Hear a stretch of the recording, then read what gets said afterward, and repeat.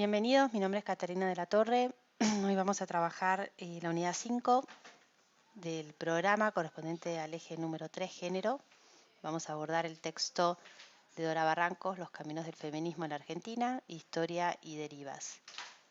Bueno, previo a meternos en la unidad, no quería dejar de hacer mención a esta situación inédita que estamos atravesando. Agradecerles el esfuerzo que están haciendo, se nota su participación. Instarlos a que hagan las actividades prácticas y a que lean, porque todo esto que nosotros estamos haciendo a ustedes los va a posicionar muchísimo mejor a la hora de tener la evaluación. Por último, decirles que así como en cada clase ustedes ven un profesor, una cara diferente, detrás de esa cara hay un equipo de gente que está trabajando muy fuerte, muchas veces días y noches, para que todo salga lo mejor posible. Para nosotros fue muy difícil diseñar, planificar y pensar una currícula de modo presencial para que abruptamente tengamos que empezar a darla de modo virtual, en condiciones que no siempre son las ideales porque, como les decía Lourdes, los profes también nos quedamos en casa. Y tratamos de darles continuidad pedagógica y que esa continuidad pedagógica además sea de calidad. Así que estamos atravesando un desafío enorme, un desafío en el que lamentablemente no contamos con el trabajo áulico, que para nosotros es muy importante. En el proceso de enseñanza y aprendizaje creemos que las dos partes, tanto docentes como estudiantes, contribuyen a enriquecer el conocimiento, la generación de conocimiento y la transmisión de conocimiento. Por eso valoramos sus intervenciones y por eso vuelvo a decir, los insto a que sigan participando, a que escriban en los foros y a que sigan haciendo esta manera de virtual, aprendiendo de manera virtual para, bueno, una vez más, seguir contando con la continuidad pedagógica. Así que, bueno, ahora sí, entrando en el tema que nos ocupa, Dora Barrancos es socióloga, es docente, es doctora en historia, investigadora del CONICET, entre bastantes otras cosas más. De hecho, se nota mucho su perfil sociológico a la hora de contar la historia, a la hora de abordar la teoría crítica feminista. Ella va a comenzar el texto con los inicios del feminismo argentino, finales del siglo XIX, principios del siglo XX. Sin embargo, yo quería contarles un poco la situación de la mujer previo a esos finales del siglo XIX, inicios del siglo XX, porque nos va a permitir comprender por qué las demandas son las demandas que nos explica Dora Barrancos en su texto. Bien, nosotros, bueno, en 1536 se funda Santa María del Buen Aire, 1776 el Virreinato de la Plata, y por tal motivo nos regía el fuero real, ¿no es cierto?, las normas de la corona española. No teníamos nuestras propias normas como ahora, eso va a venir recién más adelante. Por lo tanto, la condición jurídica de las mujeres estaba supeditada, bueno, a estas normas de la monarquía, que tenía características específicas. Disponía la patria potestad en manos del padre de la familia, se le excluía a la mujer de los ámbitos educativos, se le prohibía ejercer profesiones privadas y públicas, padecía una incapacidad para realizar actos de la vida civil, la mujer casada, lo mismo que la mujer casada tenía derechos restringidos para heredar los bienes de su marido. Sin embargo, esta situación y esta desigualdad jurídica y normativa no obstaba la existencia de mujeres que se hayan destacado en la época.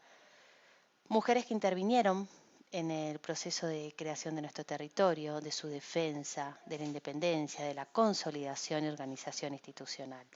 Mujeres que, de no haber intervenido, probablemente el proceso hubiera sido muy diferente. Mujeres que han sido sumamente valientes, mujeres que han sido muy corajudas, mucho más inteligentes y entregadas que propios hombres de su época, que hasta ocupaban cargos más importantes que ellas en la sociedad. Las traigo a colación porque estas mujeres han sabido visibilizar la discriminación que sufrían, han sabido denunciar o contrariar, cuestionar las consecuencias de la subordinación de la mujer. No se han quedado con lo que dictaban las normas de su época, no se han conformado, han ido más allá, allanando el camino del movimiento de mujeres que va a venir no mucho tiempo después. Estas mujeres constituyen el punto de partida, para mí, del movimiento feminista argentino. Y entre ellas, que son un montón, pero yo hice un pequeño recorte, está Manera Pedraza, que es una tucumana, que ella defendió al territorio en las primeras invasiones inglesas, luchó con su marido en frente de batalla es abatido por un soldado inglés delante de ella. Ella comienza a pelear cuerpo a cuerpo con este soldado y le da la muerte. Tuvo una activa participación al punto que Liniers, que era quien conducía el ejército de Buenos Aires, le da el grado militar, le da el grado de alférez. Una de las mayores o mejores militares que ha sabido tener nuestros ejércitos ha sido Juana Zurduy, probablemente ustedes ya la conocieron. Es una mujer que ha sido de una entrega y una lucha sumamente inspiradora. Una mujer que ha luchado con su marido y sus hijos, una mujer que ha perdido sus 4 hijos por defender lo que ella creía era correcto. A Juana Zurduy la declaró general del ejército argentino en el año 2015 y murió en la pobreza absoluta. Las mujeres también no solo se destacaban en el plano militar, sino en todo lo que era sabotaje, seducción, periodismo y comunicación. Martina Céspedes es otro personaje muy importante que participó activamente en la defensa del territorio durante las segundas invasiones inglesas. Ella tenía una pulpería, que son estos lugares donde se iba a fumar tabaco, a tomar alcohol, y junto con sus 3 hijas emborracharon a 12 soldados ingleses, al punto que estos hombres no daban más, los terminaron encerrando en un cuarto y las llaves de ese cuarto se la entregaron a Liniers, informándole que habían tomado prisionero 12 soldados ingleses. Otros personajes lindos y pintorescos fueron unas salteñas, Loreto Sánchez y Juana Moro. Ellas llevan adelante actividades de espionaje, de sabotaje. Después se van a sumar a las filas del ejército de Güemes. Guadalupe Cuenco es un personaje muy, muy lindo. Ella es la mujer de Mariano Moreno. Le escribe cartas en donde se advierte la enorme capacidad que tiene para comprender la situación política, social y económica de nuestro país. Su marido ya había muerto en alta mar, ella no lo sabía, y esas cartas nunca llegaron al destino, a su destinatario. Y una de las que está, creo, también en el top 5 de mujeres destacadas en nuestra historia es Mariquita Sánchez de Thompson, una mujer con muchísimo carácter, una mujer, recuerden ustedes que en esa época las mujeres no solo tenían muy bajos niveles de instrucción, sino que además los casamientos eran arreglados y convenidos. Ella se enamora del que después va a ser su marido y no estaba dispuesta a entregarse un hombre que no amaba. Se opuso a su padre, se opuso a toda una sociedad de época que presionaba muchísimo, desafió los cánones de una época y llevaron su cuestión incluso hasta el virrey, que Sobremonte escuchó el tema, intervino en el tema y les terminó dando la autorización para casarse. Esta historia también es muy importante y contribuye también a entender lo que va a ser después el feminismo, porque permitió visibilizar una cuestión injusta y las mujeres empezaron, ¿no? A poner en tela de juicio las normas, algunas normas, y a decir, bueno, ¿por qué me tengo que casar con alguien que no quiero o con alguien que es 20, 30, 40 años mayor que yo? Muchas mujeres a veces preferían irse hasta los conventos con tal de estar tranquilas y no tener que estar soportando a alguien que les daba repulsión. Entonces, el caso de Mariquita Sánchez de Thompson vino a visibilizar una situación de sometimiento que ya no estaba dispuesta a aceptar. Además, Mariquita Sánchez de Thompson era periodista, era escritora y era una gran operadora política.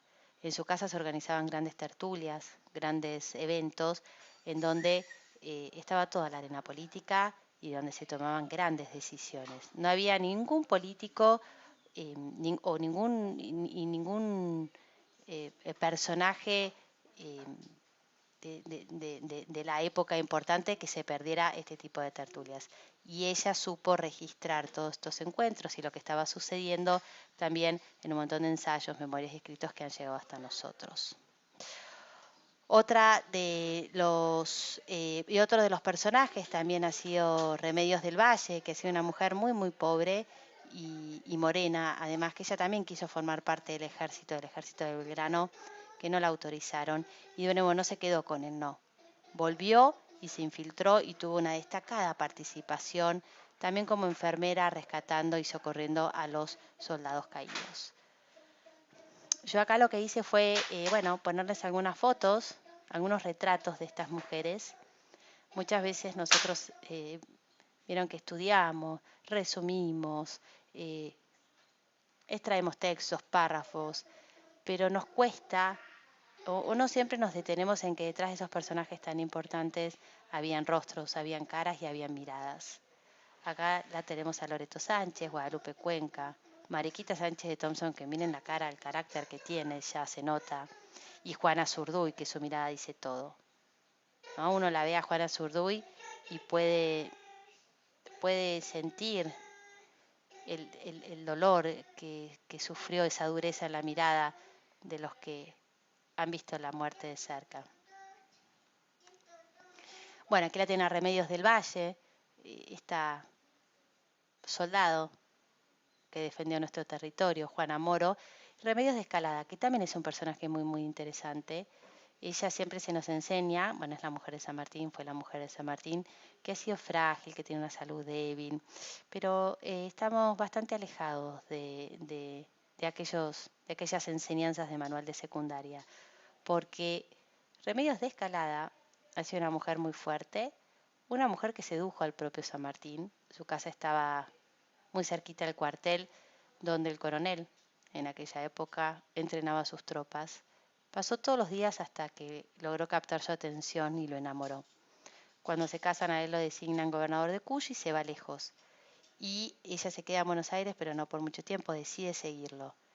Decide abandonar la comodidad de la sociedad porteña, que era una mimada, para seguir a quien se había enamorado. Acuérdense que en esa época los matrimonios eran convenidos. Y no solo eso, sino que siendo que su marido iba a comandar una de las expediciones, una de las proezas más espectaculares que haya visto la humanidad, casi sin recursos, ni lenta ni perezosa, organizó a todas las damas de la sociedad cuyana, que eso también es una proeza, porque había que coordinarlas, convencerlas, para que donaran parte de sus ahorros, para que se pusieran a trabajar, a coser los uniformes, todo para que la expedición llegara a buen puerto. Por eso también decidí agregarla en estas mujeres que son sumamente inspiradoras. Son mujeres que allanaron el camino a las que vinieron después y que nos permitieron a nosotras hoy por hoy alcanzar todo lo que alcanzamos. Hay veces cuando uno piensa, ¿no? Todo lo que intenta hacer, que intenta ser madre, una madre presente, que además tiene una profesión, la quiere ejercer, quiere prosperar en esa profesión y a veces sentimos que se nos cierran mil puertas o estamos cansadas. Bueno, en esos momentos siempre es lindo pensar en estas mujeres que han dado muchas veces su vida para destacarse y quedar, como digo yo, inmersa en la memoria.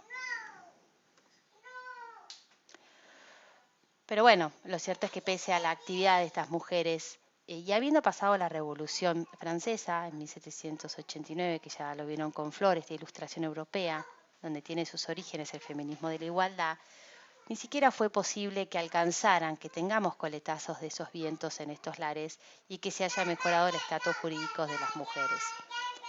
Hubieron próceres que buscaron contribuir al reclamo por la inclusión de la mujer, como Manuel Belgrano con la escuela para niñas, Domingo Sarmiento, bueno, también con toda su tarea en educación y su obra cultural, Juan Bautista Alberdi con su prédica de igualdad ante la ley.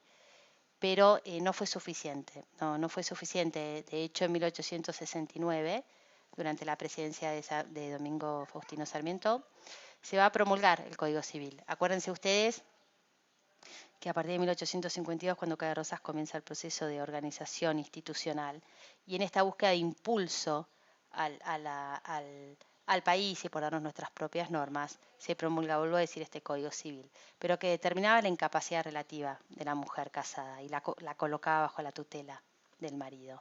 Bueno, aquí otras características presentes en el Código Civil, en donde el representante de la mujer era el marido, la mujer casada no tenía derecho a educarse, no podía realizar actividades comerciales sin el consentimiento de su cónyuge, el marido se constituía en el administrador de todos sus bienes, incluidos los que la misma mujer aportaba al vínculo. La mujer casada no podía dar testimonio ni iniciar juicio sin el consentimiento de su cónyuge. Una locura, lo veo una hora y le parece hasta escandaloso. Y miren, yo no puse algo en el Power que debería haberlo puesto, el tema del adulterio. Fíjense la asimetría que había en la relación, en el tratamiento de mujeres y hombres. Si un hombre encontraba a su mujer siéndole infiel, infraganti, y la mataba, el adulterio operaba como un atenuante. Y eso no pasaba lo mismo con la mujer. La mujer no tenía ese beneficio. Este creo que es un ejemplo muy gráfico de las injusticias a las que estábamos sometidas. Así es como llega a finales del siglo XIX, no mucho más después de la actuación de estas mujeres que recién hablamos, que eran mujeres que tenían perfectamente claro su presente injusto. No estamos hablando de sonzonas, eran mujeres que combatían en la primera línea de la guerra, eran mujeres que invitaban a sus salones a los que van a ser presidentes del país. Eran mujeres con muchísimo carácter y eran conscientes, vuelvo a decir, del sometimiento que estaban siendo sometidas, valga la redundancia. Sin embargo, ellas eran conscientes, vuelvo a decir, de esta discriminación y se rebelaban contra esta situación, pero no lograban a cuestionar los orígenes de esa subordinación, ¿no? Un poco que es lo que nos va a traer el feminismo. Ellas atacan y cuestionan las consecuencias de la desigualdad entre el hombre y la mujer, pero, vuelvo a decir, no cuestionan los orígenes, el porqué de esa diferencia. Y ahora sí, ya de lleno en el texto de Dora Barranco, llegamos a los finales del siglo XIX, principios del siglo XX, donde se extienden las acciones femeninas para revocar su presente injusto. Y van a girar en torno a 4 demandas fundamentales: la remoción de la inferioridad civil, la obtención de una mayor educación, el auxilio a las madres desválidas y el sufragio. Las primeras feministas del siglo XX podemos nombrar a María Bela Ramírez, que era una docente de origen uruguayo, Julieta Lanteri, que era una inmigrante médica, inmigrante italiana. Ambas fundaron la Liga Nacional de Mujeres Libre Pensadoras, Elvira Rawson de Delle Piane y Alicia Moró de Justo, que también era médica y referente del Partido Socialista. Ellas van a ser parte del primer congreso feminista que se da en 1910. Miren, acá tengo también los rostros de Julieta Lanteri, Elvira Rawson y Alicia Moró. Eran las tres médicas. Y tuvieron una activa participación en este congreso que les contaba y asumieron diferentes posiciones relativas al sufragio femenino. Las tres primeras, Ávila Ramírez, Lanteri y Rawson, sostenían que el voto femenino debía ser universal y sin restricciones. En cambio, Alicia Moró sostenía que debía ser escalonado, tener unas primeras experiencias en los ámbitos locales para luego llegar a las instancias nacionales.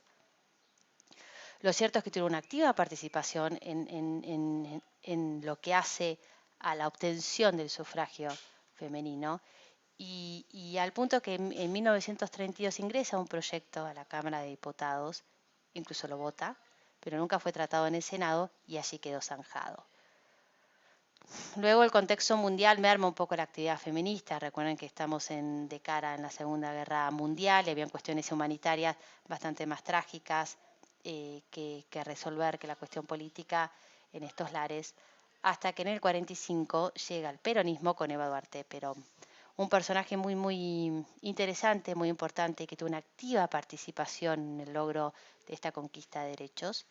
Una mujer con muchas contradicciones. Es una mujer muy alejada del feminismo, incluso tuvo sus encontronazos con este movimiento, pero ha sido una mujer que sin su apoyo, sin el apoyo a la causa de las mujeres, no hubiera sido posible lograr probablemente la sanción de esa ley. Movilizó a muchísimas mujeres, sobre todo a las mujeres de los sindicatos, y esto permitió, ¿no? Sancionar en 1947 la sanción del sufragio femenino, que establecía en su artículo número 1 que las mujeres argentinas tendrán los mismos derechos políticos y estarán sujetas a las mismas obligaciones que les acuerdan o imponen las leyes a los varones argentinos. Esto es impresionante y es hasta muy emocionante. Para nosotros hoy es una novedad y casi es natural ir a votar, pero no siempre, vuelvo a decir, era lo mismo ni teníamos esos derechos. Esto fue realmente un hito en la historia de nuestro país. Y ella da un discurso muy lindo en ocasión de la sanción de esta ley en la Plaza de Mayo, en el que rescato esta frase que dice: el sufragio que nos da participación en el porvenir nacional lanza sobre nuestros hombros una pesada responsabilidad, y es la responsabilidad de elegir. Y nada más cierto que eso. Tiene mucho sentido y mucho valor esta frase, ¿no? Lo que es la responsabilidad de elegir. Como siempre le digo a mis hijos, bueno, el ejercicio de la libertad conlleva el ejercicio de una responsabilidad. Y es tal cual. La democracia la construimos entre todos, y elegir a nuestros gobernantes es una responsabilidad de las más bellas quizás que exista. En el 51 se da la primera experiencia del voto femenino. La concurrencia fue masiva y, por supuesto, como lo tenían digitado en el peronismo y proyectado, le dieron la victoria al peronismo. Se dio una circunstancia inédita. La representación femenina alcanzó en torno al 30% en ambas cámaras en el Congreso, que esa situación se va a casi no volver a dar en nuestro Congreso. Y ya para la vuelta de la democracia tenemos un giro teórico en el movimiento feminista. Es, bueno, un giro teórico producto también de lo que había sucedido en la trayectoria de los feminismos en Europa y en Estados Unidos, esto que habían visto con Flor, la primera ola, la segunda ola, estos feminismos, el feminismo radical, el feminismo marxista, el feminismo, bueno, de la diferencia, y va a partir de esta diferencia jerarquizada de los sexos como la expresión de formas patriarcales y autoritarias de subordinación, entendiendo a este patriarcado, como ya lo vimos con Laura y con Flor, como ese conjunto de teorías, de prácticas, de una mentalidad que ubica al varón en una posición privilegiada y de dominio sobre la mujer, ¿no? Y que separa o que genera este binomio de ambiente público, de ambiente cultural, de un ambiente de trabajo productivo donde se ubica el hombre, el ambiente de la ciudadanía, en oposición al ambiente, al ámbito privado, donde se recluye la mujer, el ámbito de las emociones, el ámbito del trabajo reproductivo, porque está diseñada únicamente para tener hijos, para criarlos y para complacer a su marido. Bueno, y que además este patriarcado genera, ¿no es cierto?, estas formas de asumir comportamientos en el mundo. Nacés mujer y entonces vos te tenés que ocupar de esto, y nacés varón y vos te tenés que ocupar de lo otro. Este feminismo, este giro teórico va a venir a atacar los orígenes de la subordinación y se va a centrar en dos tópicos centrales, ¿no? La violencia doméstica y el reconocimiento político, que aquí también influye este cambio, este giro teórico del movimiento, de esta teoría crítica, en la medida que hace un avance enorme en materia de violencia doméstica. Empieza a quitar el velo de lo que es el ámbito privado, donde estaba recluida la mujer, y empieza a visibilizar la situación de subordinación y de graves abusos que hay al interior del hogar. Comienza a poner en la agenda pública y comienza a poner sobre el tapete lo que estamos sufriendo las mujeres adentro y al interior de los hogares. Y en materia de reconocimiento político siguen trabajando muy fuerte. En el año 1991 se crea la ley de cupo femenino, en donde se modifica la composición de las listas partidarias. tiene un piso mínimo del 30% para las mujeres, que además deben estar ubicadas en lugares con posibilidades de resultar electas. Esto también fue muy importante porque este liderazgo colectivo, ¿no?, de las mujeres en el Congreso, que además estas mujeres no eran feministas todas, pero sí hizo que en la reforma constitucional en el año 94 se incluyera en el texto constitucional la Convención contra todas las formas de discriminación de las mujeres, ¿no?, que es la CEDAW por sus siglas, por sus iniciales en inglés. Fue inédito, no se dio en otro país de la región, que un documento de esta naturaleza tuviera rango constitucional, es decir, que valiera lo mismo que todas las otras normas que estuvieran incluidas en la Constitución. Bien, luego la autora Barrancos va a advertir que el trazo común en los colectivos a favor de los derechos de las mujeres va a ser este feminismo relacional, un feminismo que se va a solidarizar con los grupos que la rodea, con los grupos más vulnerables, ¿cierto? Además de procurar prerrogativas iguales para las mujeres, se va a solidarizar entonces con otros sectores subalternos, en palabras de Barrancos, de la sociedad, un poco por oposición al feminismo individual que se focaliza exclusivamente en la acción sobre las propias mujeres.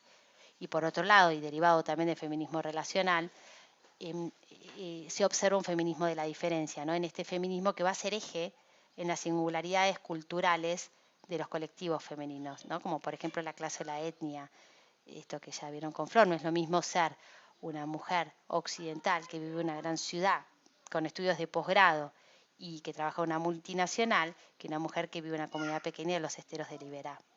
Sus necesidades obviamente van a ser diferentes.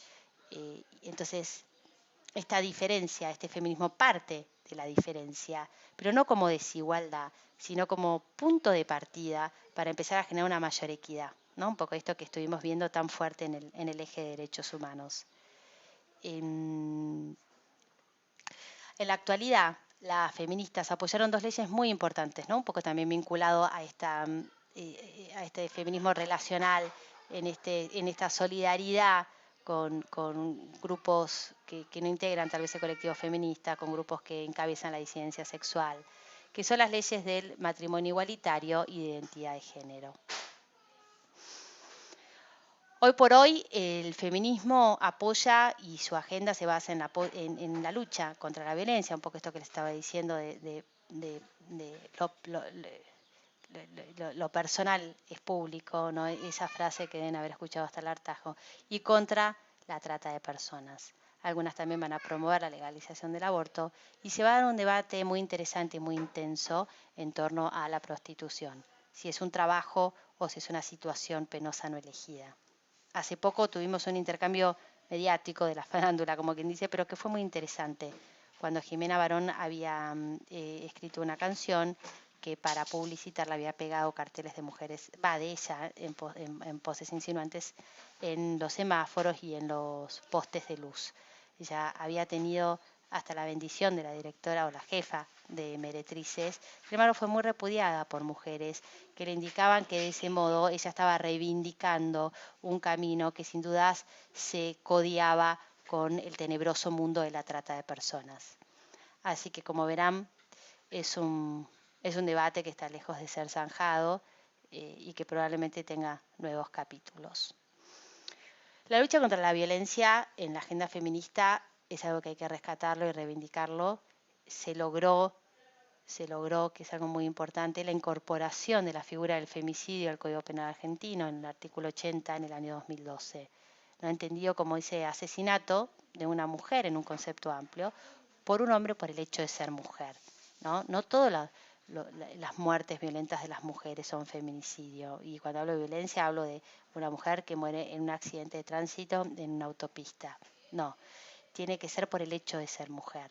Y esto es una conquista también muy grande en aras de la protección de lo que sucede a muchas mujeres al interior de sus hogares o en la relación con los hombres que la circulan.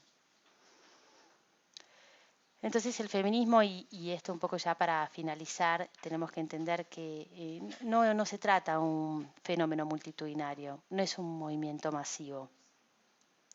Sin embargo, es un movimiento que produjo y produce transformaciones muy profundas, no solo en el país, sino que también en el mundo entero. Es un movimiento que ha logrado trastocar la forma de vincularnos, que nos ha reivindicado, que nos ha posicionado mejor en la sociedad, que ha logrado que se destapara situaciones de abuso muy terribles, que se nos respete. No hemos ganado la batalla, por supuesto que no. Tenemos que seguir trabajando para corregir esta desigualdad, para corregir esta subordinación. Y tenemos que entender que lograr favorecer la situación de la mujer no le compete solo a un único grupo, a un colectivo de mujeres, sino que es responsabilidad de toda la sociedad y que en ese sentido tenemos que trabajar transversalmente, ¿no? Lo que muchos llaman el mainstreaming. No se mejora la situación de la mujer únicamente con decisiones o políticas particularistas, no.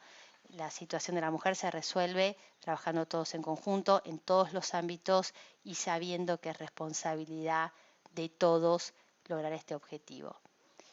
Y bueno, ya para terminar, saber que así como hubieron mujeres en la colonia que se animaron a desafiar los cánones de su época, nosotras hoy por hoy también tenemos que hacer lo mismo en todo aquello que nos resulte injusto, de modo de ir allanándole el camino a nuestras hijas y a todas las que quieran, en definitiva, vivir en un mundo más justo. Bueno, de nuevo les pido y les insto a que hagan las actividades prácticas. Si tienen dudas o intervenciones pueden hacerlas en los foros de consulta, tienen mi mail, que yo voy a estar encantada de disiparles sus dudas y tomar intervención en los debates. Les mando un cariño grande y muchos éxitos.